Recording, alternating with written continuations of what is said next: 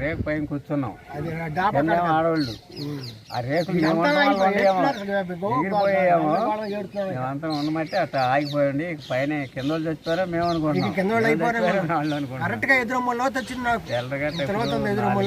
అప్పుడు ఆ పైన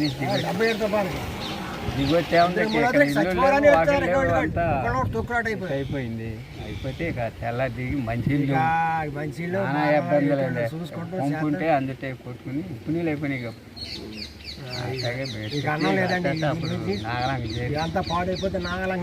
రోడ్లు లేవుగా, నది నది